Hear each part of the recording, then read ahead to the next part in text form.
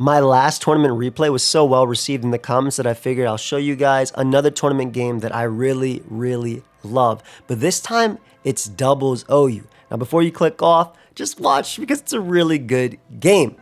The setting is August 2022, and I had joined the Doubles Open because my boy Fesby had hit me up in a DM and say, please play Doubles Open. I know you have no experience with doubles this generation, but I will build teams for you every single week.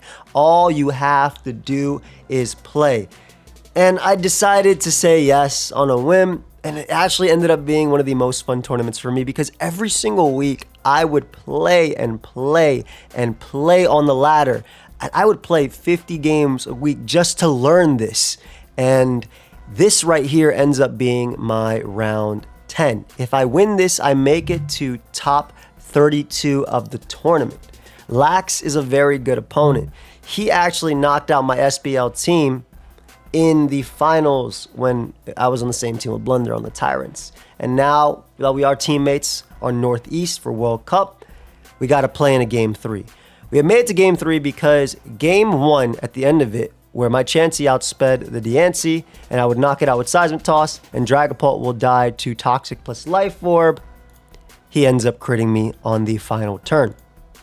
Luckily, I was able to win game 2 where I used Hail, and game 3 he ends up using Hail. I end up using a rain team that I used round 1 of the tournament. So let's get right into this, and if you do enjoy, let me know, leave a like.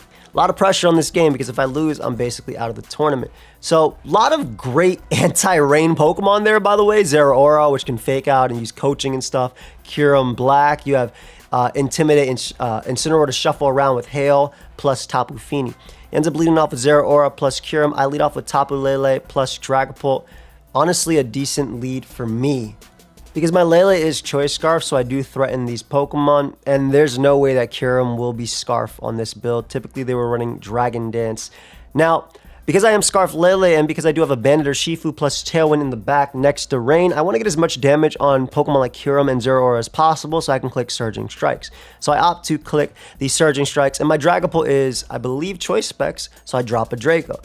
Lax makes a great play, switches out into Tapu Fini, getting up the Misty Terrain, plus the fact that Zeraora can indeed snarl me, so I am basically weakened on this Draco, does absolutely nothing. However, that chip damage on Tapu Fini does go a long way for a Shifu, so I'm forced to switch out my Dragapult. It's -2, there's a Fairy type in, but what I opt to do here is just go for more Dazzling Gleam, because I need to wear down Tapu Fini and Zeraora to allow that Shifu to put in work.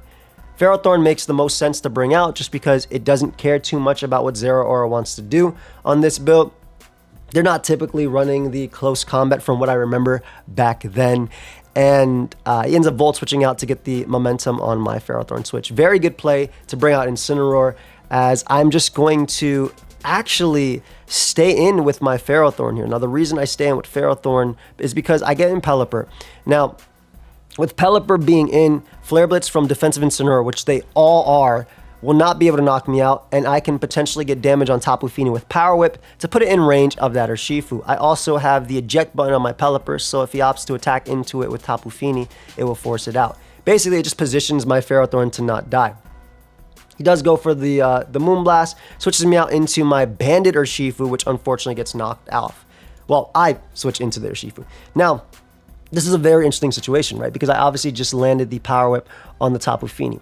So what Lax has to fear is me going for the Surging Strikes kill on Incineroar. There is no Terra. It will not be safe. That Mon cannot become a water, cannot become a grass type to save itself.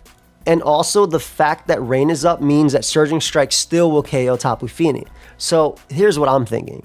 Lax's best play is to switch out Incineroar into the Ninetales, which will allow Tapu Fini to live the Surging Strikes and knock me out with Moonblast. This is a giant threat into the team, opening up for endgame Zygarde, opening up mainly, not less Zygarde, but mainly Incineroar to wall the majority of my team.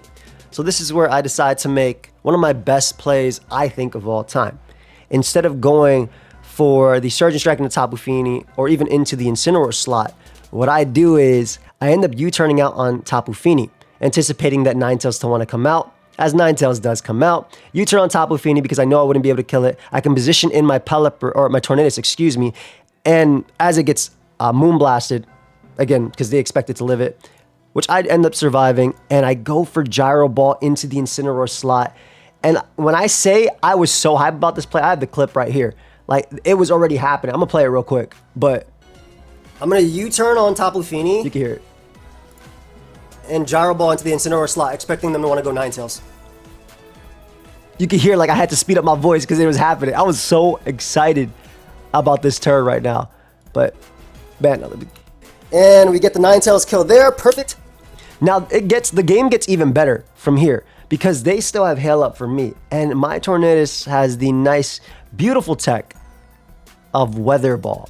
And because they set up the Hail for me and they go Zygarde, they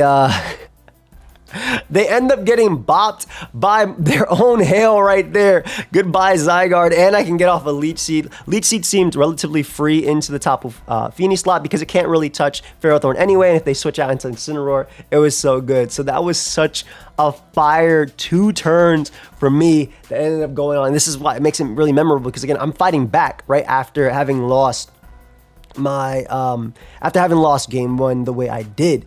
And I really was enjoying doubles at this point. I saved Tornadus here because I do have Tailwind. I can go for that later just in case the Kyurem ends up Dragon Dancing. I can bring out Lele as well. Tank most hits from Kyurem. I'm also faster than +1 because a lot of them are not running Jolly. And it ends up going for Blizzard and coaching as well. I'm sorry, it might not have been Dragon Dance on Kyurem in this tier. I think it was Dragon Dance though. But yeah, it was. I go for Leech Seed on Kyurem because you can hit both. And with Tapu Lele in, they cannot go for Fake Out with Incineroar. I can safely switch out into Pelipper, get rid of that Hail, and Moonblast directly into Kyurem as opposed to going for the Dazzling Gleam because Kyurem is indeed a threat. I even get a special attack drop, so I end up living, but Incineroar can knock me out. And from this position, I can safely win the game with basically Urshifu next to Dragapult because I would just Shadow Ball into the Kyurem, which I believe was AV based on how well it took the Moonblast, but I would spec Shadow Ball into Kyurem, Surgery Strikes into Incineroar, and then I would end up winning the game right there. That was easily one of my favorite tournament games. I do have a few more, so obviously let me know if you would like to see them. And I'll also leave the game 1 and 2 as well as the live narration because I was doing live narration for that as well. Down below, but I really did pop off after I won this game, and I just wanted to show you guys since you guys enjoyed that. But yeah, stay tuned for the next day of the subathon. We have at least 2 days left down below. Also, if you want to pick up my Meteor Burst, feel free to. It's hydration, tastes like Skittles. We just actually restocked even more, so if you want to try it out, use code AIM20 for 20% off. If you end up buying anything caffeinated though from Advanced GG, 18 plus, because you got to be aware of what you're putting in it, you know. Pick up my Draco Shaker as well, or the bundle. And they also did finally bring back Lemonade Hydration. It's tart. If you like tart flavors like I do, feel free to try it. Again, 0 caffeine. I will see you guys in the next video. That's it. Peace.